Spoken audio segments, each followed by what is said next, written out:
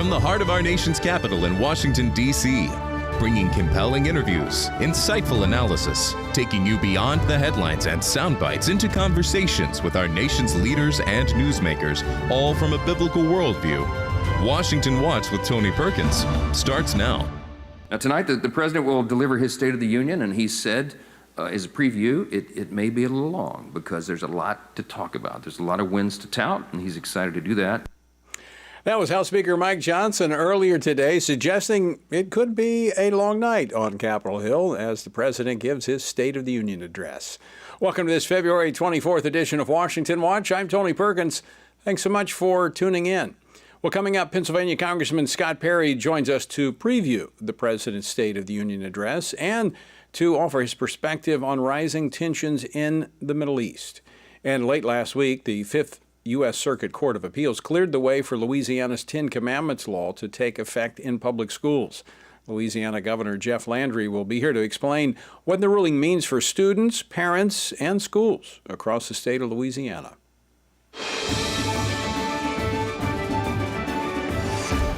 Well, tonight, President Donald Trump will deliver the 2026 State of the Union address under the theme America at 250, strong, prosperous, and respected. Joining me now is Washington Stand reporter Casey Harper. Casey, as the president prepares to address the nation, what should Americans be anticipating from tonight's address? Sure, Tony, a big speech tonight and a long speech from the president. No offense to the president, but he can give long speeches. So his idea of long, it'll be interesting. The speech starts at 9 p.m. Eastern time, so it definitely could be a late night. Indeed. The president is expected, of course, to tout his administration's accomplishments over the last year, and he does have many, from the tax cuts, the economy, the closing of the southern border, and more. Now, White House Press Secretary Caroline Leavitt previewed the speech earlier today. Here's a clip. It's State of the Union Day. I know the president's really looking forward to his address tonight. You're going to hear a speech that is a celebration of 250 years of our nation and our nation's independence. You're going to hear the president share the stories of everyday Americans who have benefited from his policies. You're going to hear the president share tear-jerking stories of American heroes, past and present, who really exemplify what it means to be a patriotic American. So you and I will be watching, Tony, but at least a dozen Democrats have said that they are going to skip the event and attend their own counter event at the National Mall. Feels like some anti-prom energy going here. But Virginia Governor Abigail Spanberger has been tasked with giving the Democratic counter message. And President Trump is also facing some, growing pushback on some parts of his agenda, at least according to the recent polling, which shows that his approval rating going into this State of the Union is lower than we've seen in past years for other presidents. There's also been reportedly a drop in his approval rating among independent voters, which is top of mind right now as we head into these midterm elections, Tony. Well, Casey, I guess with the competing event taking place, that might take out those prone to disrupt the State of the Union address? It's certainly possible. And we saw, one lawmaker had to be escorted out last time, and there were signs and there was a lot of chatter. Ultimately, the takeaway from that was the Democrats felt it made them look bad. So I think Democratic leadership is eager to give a release valve for some of the more raucous members. All right. Casey, another story. Amid the violence that erupted in Mexico following the military operation that killed the drug cartel boss El Mencho, numerous Americans are still stranded there. What's the latest? That's right. Hundreds of calls have actually poured into the State Department's crisis hotline from Americans who are very concerned. They're stranded either at resorts or other places in Mexico. Some had their flights canceled. And this, of course, all started because of the taking out of El Mencho, the notorious and very violent, really, drug lord who had been not just terrorizing Mexico, but really killing a lot of Americans with the drugs that he was sending into the U.S. Now, we do know some details about how this raid went down. No U.S. forces, American personnel, were directly involved in the taking out of El Mencho, but there was a lot of U.S. work on this and U.S. intelligence that was given over in an operation that even has domestic implications. I mentioned the drugs, but even Texas Governor Greg Abbott is also stepping up security in Texas in response to this outbreak in cartel violence. He sent a surge of personnel to the border. And, Tony, it's kind of, when you see the outbreak of violence, it's kind of amazing that we left our southern border open to this violence and lawlessness for so many years. Yeah, I do think it's very telling when you see the the depth of the response of the cartels to the government's forces there. I mean, this is like almost like a third world country where these cartels and these gangs are running the country. And you said, as you pointed out, that's right on our southern border, and that border has been porous with many of those individuals coming into the country. Today marks the 4th anniversary, speaking of violence, of the Russian full-scale war in Ukraine. President Zelensky wants President Trump to actually visit the war-torn country. Casey, is this becoming a war of attrition? Yeah, I think it is. Sadly, it's a very tragic situation the more you look into it. It's a very grim anniversary of 4 years into this war. And as you said, President Zelensky in remarks, he invited President Trump to come visit. I'm not sure that would actually really happen. It's pretty dangerous over there, of course. But it's a very pivotal time for Ukraine, which does have increasing support, it seems, from the rest of the European Union. In fact, they just agreed to deliver a loan of $90 billion to the war-torn nation. In fact, here's a clip from President Zelensky earlier today. Today, we must be just as determined and strong as we were when the invasion began. The threat hasn't become smaller. Yes, we are holding Russia back, but we have not yet guaranteed security. And only together can we do this together in Europe. Yes, together with America. Yeah, he certainly needs all the help he can get. But Ukraine's ambassador today to the U.S. said that Ukraine does not feel abandoned by the U.S. government and says that she expects President Trump to discuss ending Russia's war in Ukraine tonight during his address. I guess we'll see if that's the case, Tony. Yeah, I think that it will be one of many topics. I don't know how deep the president will go on that. I think, as the House Speaker alluded to earlier, the president's going to kind of tout some of the successes and victories that the administration has seen in the first year of full year of the administration. While we're waiting our first guest, let's explore a little bit. What are some of the themes that we can anticipate hearing tonight? Yeah, I mean, I think that so much happens in the Trump era of the presidency that sometimes really big accomplishments can feel like they were 10 years ago, but they actually were less than a year ago. I mean, a big one that we alluded to earlier was the closing of the southern border. When former President Joe Biden was in office, we were told time and time again that it's impossible to close the border, or we need tens of billions of more dollars. The Republicans won't give us to close the border. It just can't be done. Sorry, the border's too big. It's too complex. President Trump did it almost immediately, and I think that he has to hammer that as much as he can. The tax cuts are really big, too, as we go into the affordability issue, Tony. Well, it's the second time he's secured the border. He did it in his first administration as well. So he's proven it can be done. If there is a will, there is certainly a way. Casey, thanks so much for joining us. Well, as we were discussing, as the nation awaits the State of the Union address tonight by the president, the Middle East is also in a state of anticipation with the rapid increase of U.S. military presence near Iran. Joining us now is Congressman Scott Perry from Pennsylvania. He serves on the Foreign Affairs Committee and the Permanent Select Committee on Intelligence. He represents the 10th Congressional District. General, he's also a retired general, 40 years in uniform. Congressman General Perry, welcome back to Washington Watch. Great to be with you, Tony. This is a special night. A lot of electricity around town here. It is. There's a lot to celebrate. The president has accomplished quite a bit. As we were just discussing, the border's secure once again. He did it in his first administration. But before we get into kind of the particulars of tonight, let's talk Middle East. A lot of military presence of the U.S. building in that region. What are you anticipating?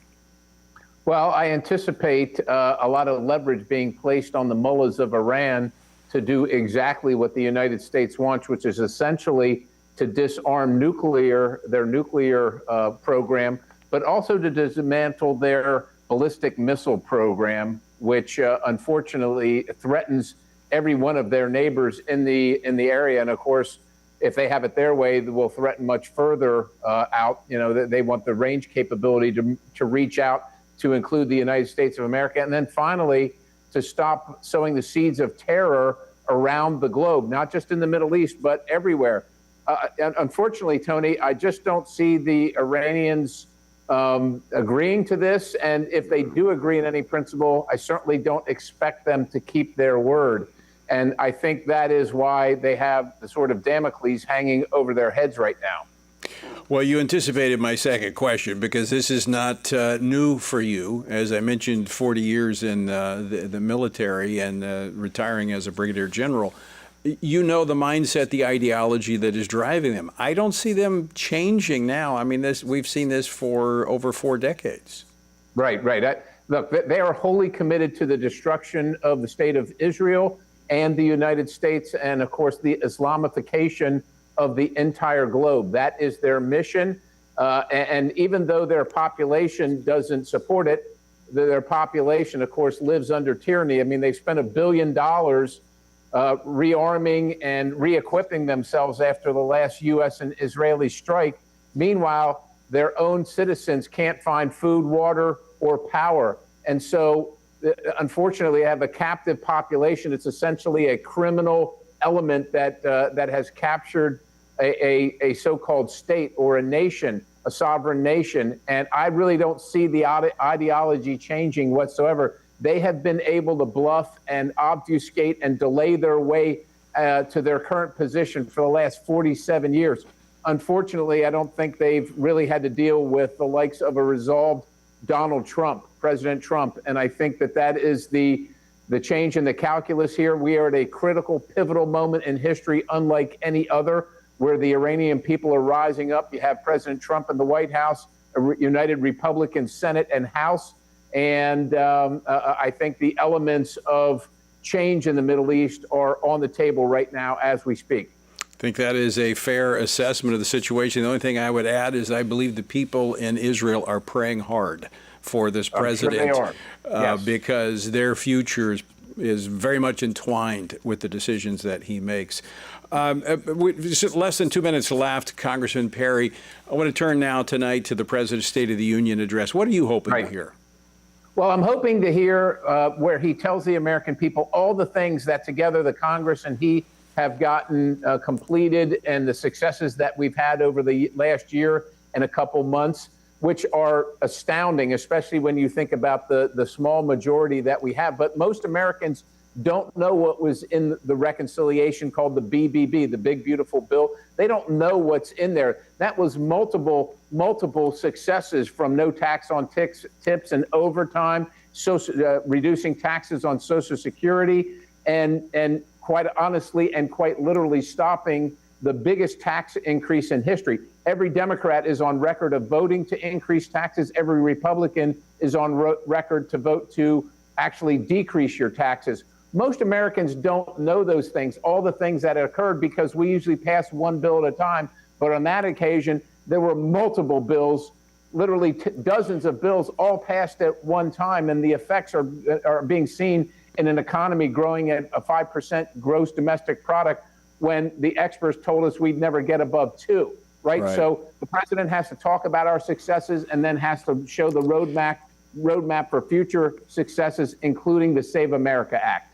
You know, Congressman Perry, it's interesting. When government does its job and it works well, the American people don't know it because things are as they should be. And that's the way we have it right now. Congressman Scott Perry, always great to see you, my friend. Thanks for joining us. Great to be with you, Tony. God bless you. All right. Coming up next, I'll be joined by the governor of Louisiana. Governor Jeff Landry joins me with some good news. So don't go away. We'll be right back. You see, America has freedom for a purpose. The question is, are we living by that purpose today? See, the founders understood we as a nation would be accountable to God for what he had granted to us. They sought freedom for a purpose, and that freedom was given to us as a nation for that same purpose, to serve God, to honor him, and to live as a people under his authority. At the 2026 National Gathering for Prayer and Repentance in Washington, D.C., members of Congress, state leaders, evangelical leaders, and intercessors from across the nation united as one voice in prayer. Heavenly Father, thank you so much for this gathering. We do repent, and we ask for your continued favor and blessing over our nation, even when we don't deserve it. I thank you that because of the shed blood and the glorious righteousness of your Son, Jesus Christ, a sinner such as myself can boldly approach your throne. You said that you help the humble, and we're asking just now that you would help us, Lord. While our accord is marching on,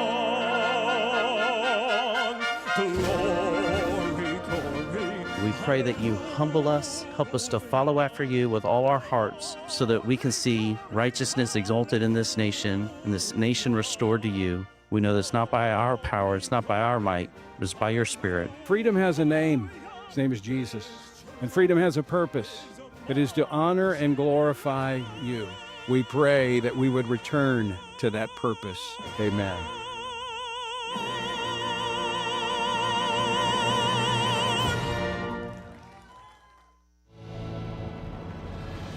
The book of Hebrews says that the Word of God is living and active, sharper than any two-edged sword, piercing to the division of soul and of spirit, of joints and of marrow, and discerning the thoughts and intentions of the heart.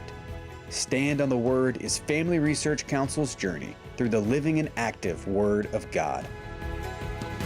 Follow the plan with us. Spend 10 to 15 minutes a day reading God's Word, and over the course of 2 years, discover that the Bible is one big story, a story of many words, pointing to the Word, the one who is the same yesterday, today, and forever. Because the Word is alive, and His name is Jesus. Find our Bible reading plan and daily devotionals from Tony Perkins at frc.org/Bible. Join us as we stand on the Word.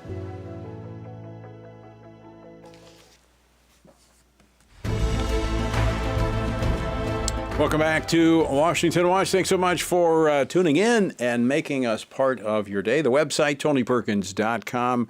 And you can find out more about FRC and the resources available on the Stand Firm app. Go to the App Store, get the Stand Firm app. You'll have access to Washington Watch. You'll also have access to Stand on the Word, my daily Bible devotional. All that can be found at the App Store, the Stand Firm app. All right, a federal court has lifted a lower court block on Louisiana's law requiring the displaying of the Ten Commandments in public school classrooms. The U.S. Court of Appeals for the Fifth Circuit voted 12-6 on Friday to lift the block, stating that it cannot declare that every possible display would violate the Establishment Clause. Doing so, it stated, is not judging, it's guessing. Now, I was in the courtroom a few weeks back when they had the oral arguments on this case. This is a victory. It's not total. Just saying that those that are opposed to it really don't have anything to stand on just yet. So what does this mean for schools and students in Louisiana? Joining me now to discuss this is the governor of Louisiana, Jeff Landry, who signed the law, House Bill 71, into law back in 2024. Governor Landry, welcome back to Washington Watch. Good to see you. Oh, it's great to be with you, Tony. It was good to see you this morning as well. Let me ask you, this is a victory. The court saying that the lower court's block has to be lifted, and this allows the state of Louisiana to post 10 Commandments in classrooms. That's correct. I would say that this is, we just finished round 2 and we won a very decisive victory. And now schools can use the Attorney General's guidance that she has posted on her website as a roadmap to being able to put these posters up. I think the Attorney General and her team did a phenomenal job in the Fifth Circuit. Of course, as you mentioned, you were there. I was there as well. Sharon and I were there. We listened to the arguments. We saw the justices' reactions. I thought that they did a phenomenal job, and they came out with a phenomenal opinion. And now it paves the way for us to go ahead and implement the law, which we're going to implement. And you've already reached out to a lot of the schools. Some of the schools have been hesitant based upon the legal challenge, but now that the circuit court has said, look, There's no reason to challenge it at present. According to the law, as it's written and as the guidance that has been put out, there's nothing to suggest that this would violate the Establishment Clause. So there's no reason for schools in Louisiana not to post them now. Is that correct? That's correct. Look, we're going to be putting out a letter to superintendents and to school boards and then messaging to our schools directly that, yes, it's time for them to go ahead and implement the law. These posters have been donated and have been distributed to our schools, and they have no reason not to be able to post them. They don't have to worry about any litigation or legal recourse. The Attorney General will handle any of those types of issues that may come about. But again, we've got some great displays that talk about the historical context of the Ten Commandments in conjunction with the rest of our founding documents. And I think it's just so important. I've had so many people ask me questions, the critics out there, like, why? What can you do? Why? I can't believe this. What do people say? And, the first thing I say is I didn't know that the Ten Commandments were a bad way to live your life, to start off with. And the second thing I do is tell them that your child will either read the Ten Commandments or they'll be forced to read the criminal code at some particular point in life. I think that this is high time to get those foundational documents and good Judeo-Christian principles back into our educational system. So the opponents, I guess they're afraid that kids might read this and they won't steal, or they won't kill. I don't know what they're trying. I don't know how they raise their kids. I guess they want them to steal and kill and do all those other things. But it's amazing. I mean, it really is. I mean, the thing of it is that when you ask reporters who ask you those questions, well, do you want your child to steal? Do you want him to kill? Do you want him to do this? When you just go down the line, of course they don't. No sane person would want that.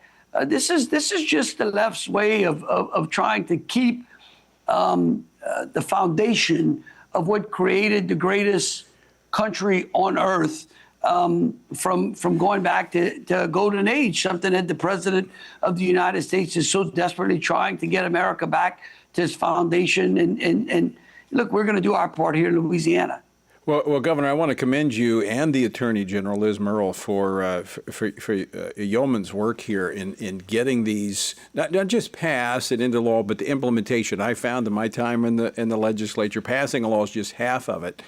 The implementation and making sure that it is enforced is really the bulk of the work, and you've really leaned into this. I want to go back to something you said a moment ago, because I want everybody to hear this, especially our folks in Louisiana.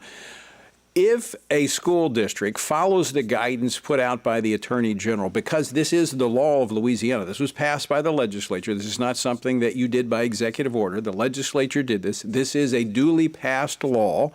The court has said it's, we don't see anything wrong with it at present.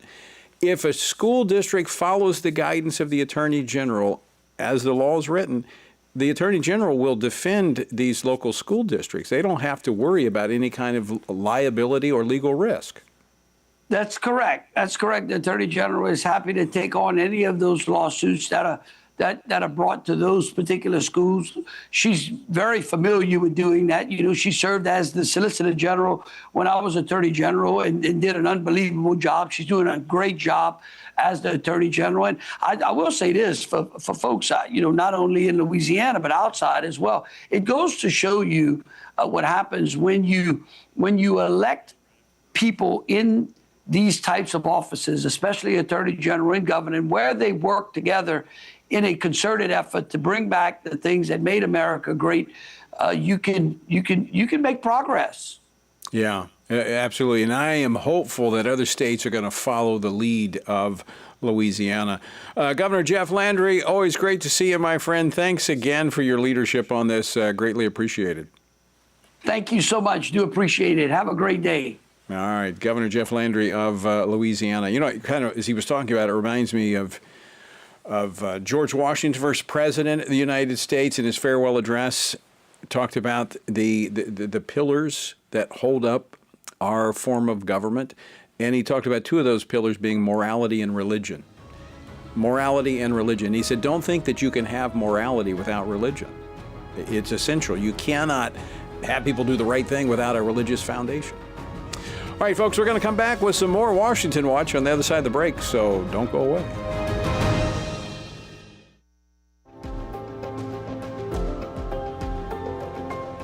The family is the oldest, most tested, and most reliable unit of society. It is divinely created and sustained. And yet, there are those who are always tampering with its values and structure. That's why we need organizations like the Family Research Council that can effectively defend and strengthen the family. Family Research Council began over 40 years ago, like all great movements of God, with prayer. Today, rooted in the heart of the nation's capital, FRC continues to champion faith, family, and freedom in public policy and the culture from a biblical worldview. FRC is one of those bright lights that helps us focus on true north. And I shudder to think, had they not been here, that it could have been worse. The Family Research Council is key. It's one of a handful of groups that I think will determine whether our children live in a country that enjoyed all of the freedom and all the opportunity that we enjoyed in this great land. It's just a wonderful parachurch organization that doesn't seek to take the place of the church, but it seeks to assist the family and the church as we try to move forward successfully, not in a defensive mode, but in an offensive mode as we seek to live our lives according to the Holy Scriptures. FRC is not going to be whooped. We're going to fight. We're going to take a stand. And again, we don't retreat. You will never see in front of this building here in Washington, D.C., a white flag fly. We will never step back. We will never surrender, and we will never be silent.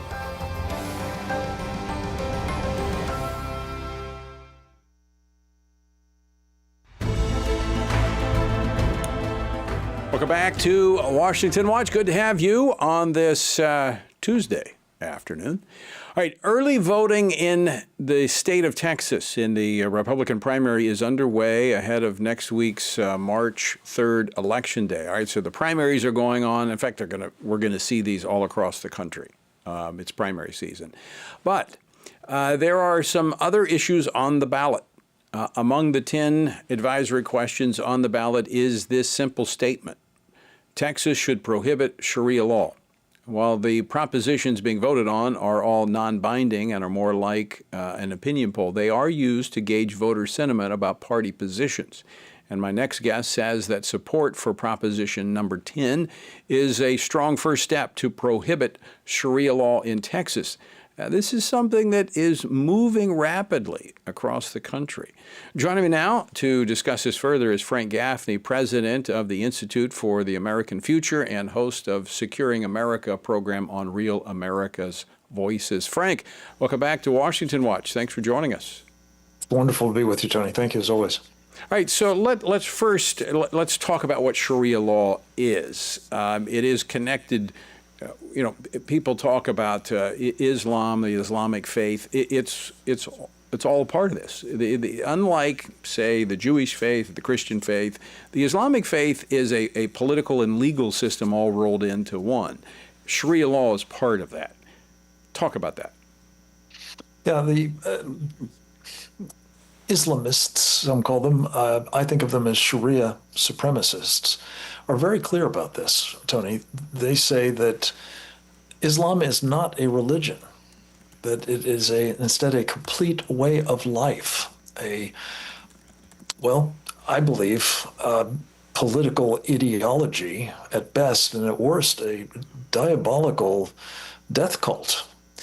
And if you look at this body of law, if you will, some of it is clearly of a religious sort of patina, but the rest of it is about power, how you get it, how you keep people from taking it away from you, and how you wield it to advance the cause of global domination, which is at the core of Sharia. It's what the Prophet Muhammad, the guy they call the perfect man, directed be pursued pursuant to revelations that he claimed to have gotten from Allah, the moon god. But the reality is that it's fundamentally totalitarian in character.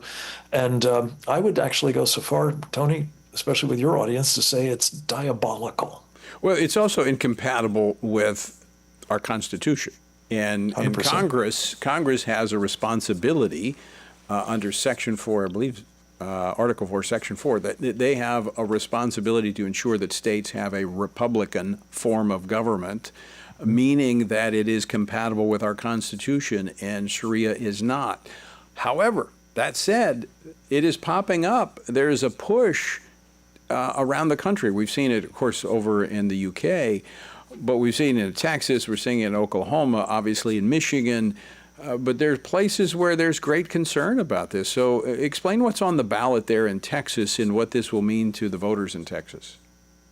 Well, Texas is one of those places, and it's growing by the day. Well, both Sharia supremacism is growing by the day, and a degree of very profound concern about where that would take Texas. And to be, blunt, it would take it into the darkest of dark places. When I say diabolical, I mean truly evil places. And again, this is in part a reflection of the so-called perfect man. Muhammad was evil. I think that's the only way to characterize his behavior. And Sharia is a formula for making everybody emulate him. And that means if you're a non-Muslim Texan, that you are going increasingly to face oppression from those who are following Muhammad, those who are set on imposing Sharia on the state of Texas and, yes, on our country altogether. And Tony, don't take my word for it. This is what imams and scholars and other Muslim leaders are increasingly saying very explicitly. The internet is chock-a-block with their statements. And the reason that is so is they are following the prescriptions of Sharia. It and of course, we're seeing for its conquest worldwide. We're seeing the evidence of that in Europe. I mean, it's popping up, and you have 100%. This push for Sharia law in places in Europe. Very quickly, let's talk about this ballot initiative number 10 in Texas. It's non-binding, but what will this be used for? How will this be used as a tool to address this growing concern? Well, thank you for calling attention to it, Tony. And you've spent time in state legislatures. You understand the dynamics. The sentiment of the public operates. I think the beauty of our constitutional form of government is that at the states and local levels in particular, where they're closest to the people, that will is expressed and is meant to translate into policy and legislation and other, governing regimens. I would say that the practical effect of this Proposition 10, it's at the very end of a very long ballot, but this proposition is arguably the most important single measure being voted on in the course of this primary, that's for sure, and maybe across the country, because it offers the people an opportunity to say, I don't want to go that way. I do not want our country's various states to submit to Sharia, and they shouldn't either. So we need them to vote. We need them to get out in this remaining couple of days of the early voting, and for sure by the 3rd of March. Got to leave it there, Frank. We're up against a break. Folks, stick with us. We're back after this. We have state leaders that want to keep the deadly drugs out of their states. Maybe if these abortion pills were coming by boat, the administration would change its tactics. It's time to respect the rights of the states, and it's time to end death by mail. Family Research Council President Tony Perkins, alongside Senator Lindsey Graham, led a press conference on Capitol Hill, urging the Trump administration to end the Biden-era policies that have allowed dangerous abortion drugs to be shipped across state lines. They were joined by state attorneys general, pro-life advocates, and multiple Republican congressmen. There are more abortions today in the United States than when Roe versus Wade was the law of the land. And why is that? It's because of the chemical abortion drug mifepristone. Nearly 70% of the abortions that are committed in the United States today are committed because of mifepristone. The federal government is allowing a chemical abortion pill to be sent through the mail that wipes out every state unborn protection law in the land. It's harder to ship alcohol in this country than it is to ship the abortion pill, and that should never be the case. This is a drug that takes the life of every child, so there is always a death that's involved in this drug, but is also incredibly dangerous for the mom as well. We think that should require a doctor to be able to get access to this drug. As a doctor, I think it's essential that there be human contact before the pill is prescribed. It's not about a national abortion ban. It's about validating Dobbs and preventing other states from nullifying the legislative policy choices that have been made by our states and facilitating the illegal, unethical, and dangerous drug trafficking of abortion pills into our states without any medical oversight whatsoever. We can simply fix this if we have the courage to do it. So what are all of us telling the administration? You've been a great pro-life president, Mr. President. It's now time to deal with this issue. We want to protect life, and we want to give voice to the American people and their right to protect life, state by state, city by city, and yes, here in the United States Congress. That's what this fight is about. Let your voice be heard. Text LIFE to 67742. Sign the petition. Tell the Trump administration to act. The Stand Firm app brings trusted Family Research Council resources together in one place. Stay informed with news articles from the Washington Stand, watch interviews from Washington Watch, explore courses produced by FRC, and find many other resources to equip you to engage culture and government from a biblical perspective. Download the Stand Firm app today by texting APP to 67742 or by searching for Stand Firm in your app store. Welcome back to Washington Watch. Again, let me encourage you, if you've not yet downloaded the Stand Firm app, go to the App Store, get the Stand Firm app. You'll have access to Washington Watch. We're on over 850 radio stations across the country and a number of TV platforms, so many of you are watching. But we want to expand that. And so you may have friends that are in areas that do not get the signal. And so encourage them. Share with them the Stand Firm app. You can watch Washington Watch on the Stand Firm app.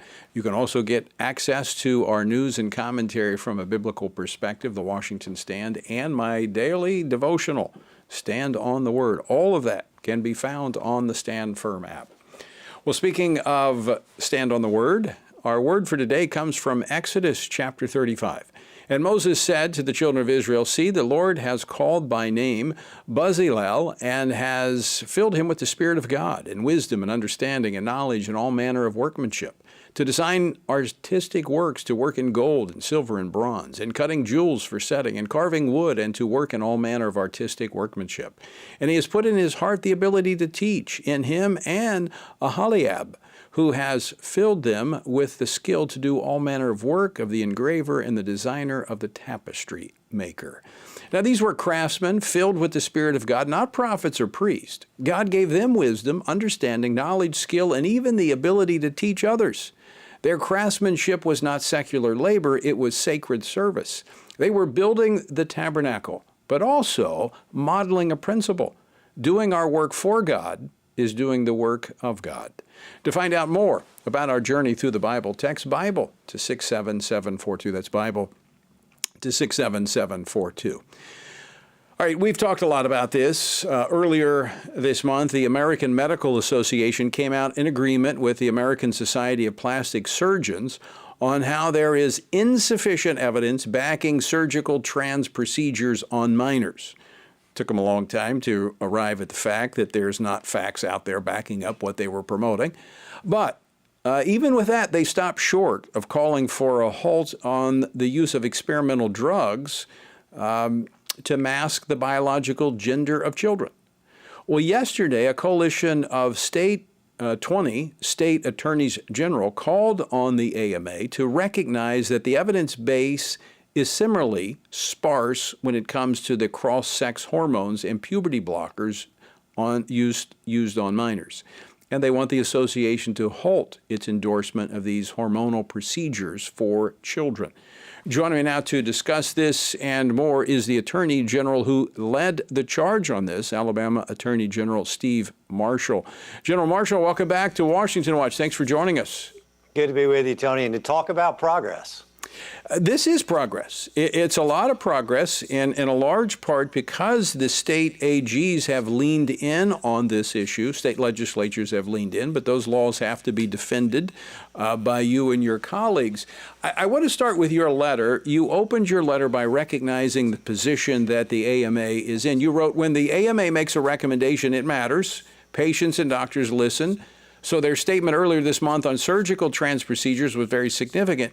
Now when it comes to these puberty blockers and cross-sex hormone, what does the evidence tell us? Now in your letter you said that you laid out more than a dozen questions regarding the position of the use of these puberty blockers. What's been the response thus far? Yeah, first of all, the AMA ultimately needs to be a medical organization that's not in political advocacy, but defining what's best medical practice for doctors across our country. And, we were obviously very pleased to be able to see the AMA endorse the position of the American Society of Plastic Surgeons that we're going to not take scalpels to the bodies of kids and understand there's no basis for being able to do that, absent a political agenda on the left.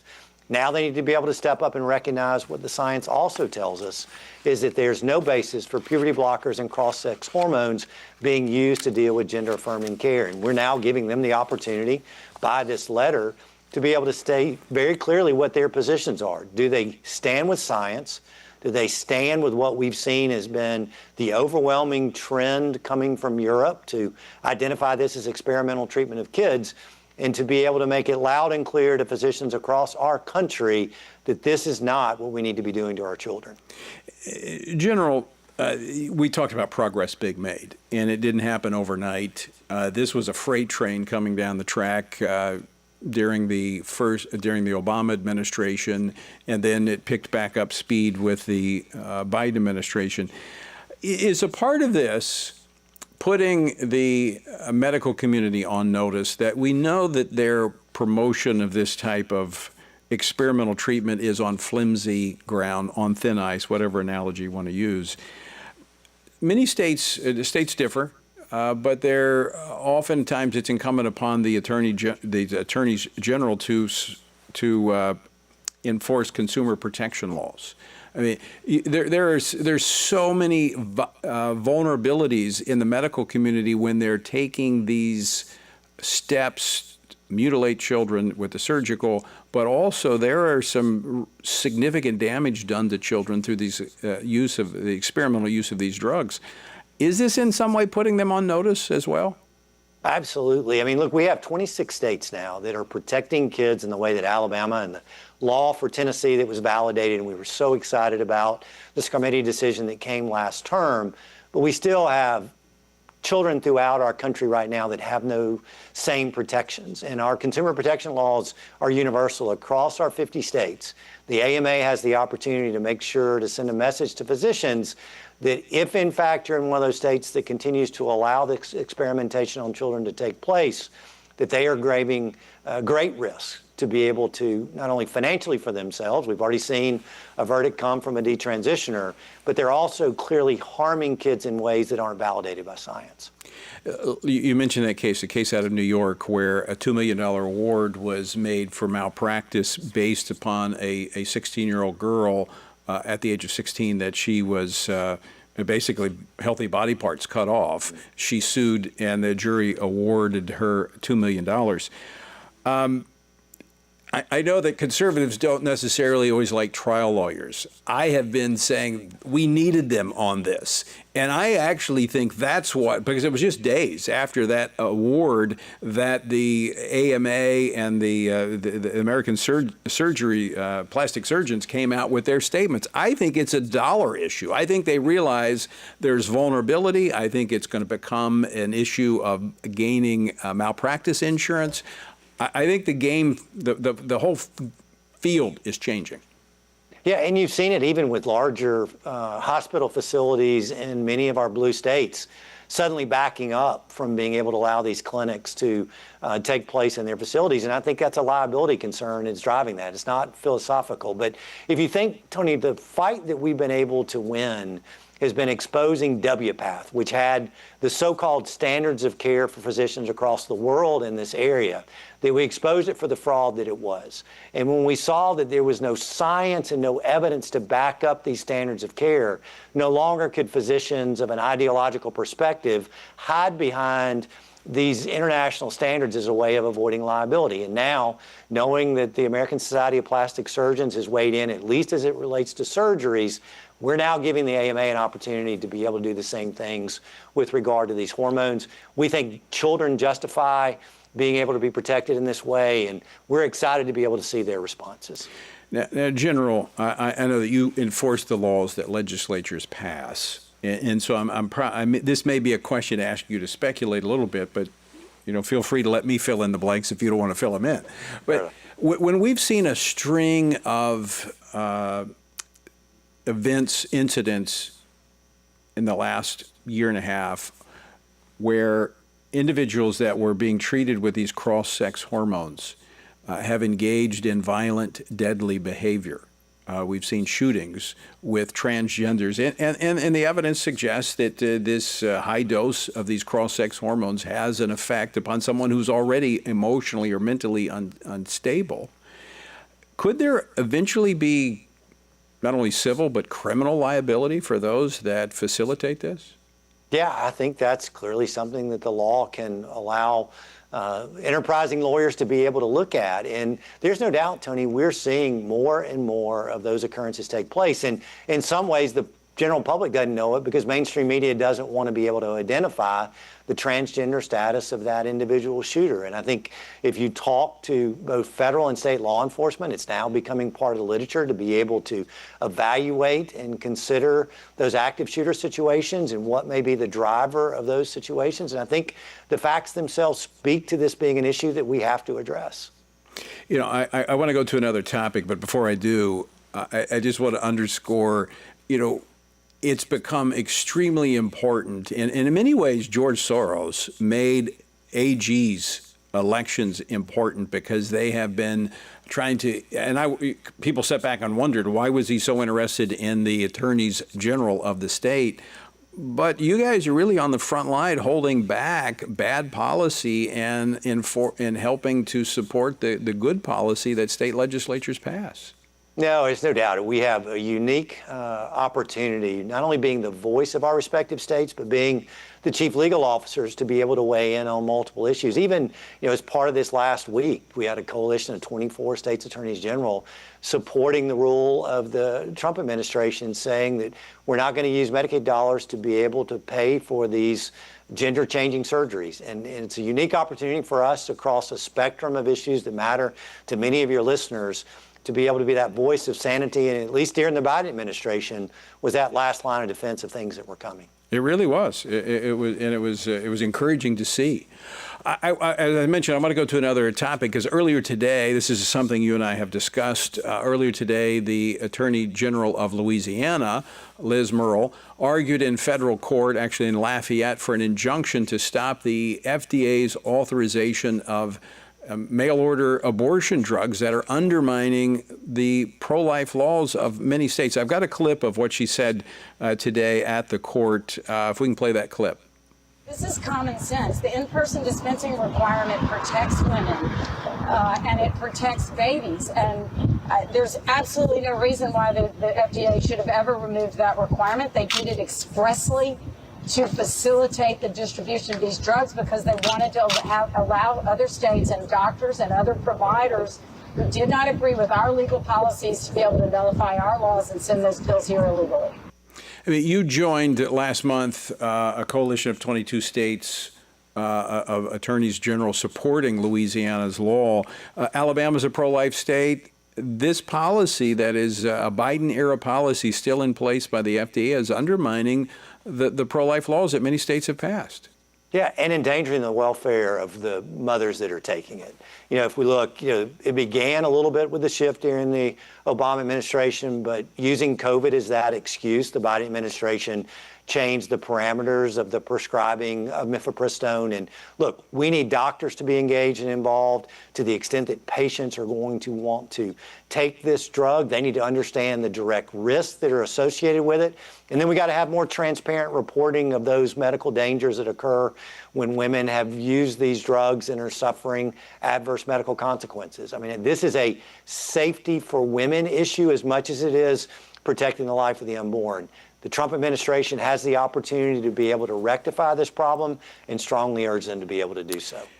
I'm glad you brought out the issue of protecting the women, because actually one of the arguments in the court, and it's a brief that we filed in this case, focuses on the domestic violence aspect, that we now have a number of cases where women who have become pregnant, their partners, not always the husband, sometimes just their partner has induced them to take these drugs, obtain these drugs, either forced it upon them or in some cases surreptitiously have given it to them. So this is an issue of violence, of health for the women.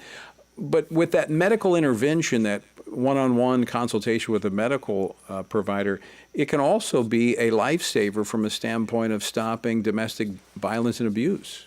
No, absolutely. I think there are multiple reasons why the change that occurred during the Biden administration has got to be reversed. And I think, again, this president, which has proclaimed his pro-life credentials and has chosen and shown that he has supported that issue, has an opportunity now to rectify what I think is the most glaring issue that we're facing in the pro-life movement, and that is ensuring that we get back to the protections of women, go back to the standards of how prescribing of mifepristone occurred before, giving us an opportunity for women to sit down with doctors and understand the risks. General Marshall, I want to thank you for joining us today, and I also, again, want to thank you for just leading out on a number of these issues. You've actually led these coalitions of your Republican attorneys general, and I just want to thank you for leaning in on those issues, I think, that are heart and soul issues for our nation. So thank you for doing that. Thank you. It's a privilege of leadership. I'm glad to do it. General Marshall, Steve Marshall of Alabama. All right, I want to encourage you to lean in on this as well. Let your voice be heard. Text LIFE to 67742 and sign the petition that we're going to deliver to the FDA. It's quite significant. The fact that we have abortion rates in this country that have increased since the overturn of Roe. Now let that sink in. Prior to the overturn of Roe v. Wade that the court imposed on the nation, there was roughly 930,000 abortions the year prior to the overturn of Roe.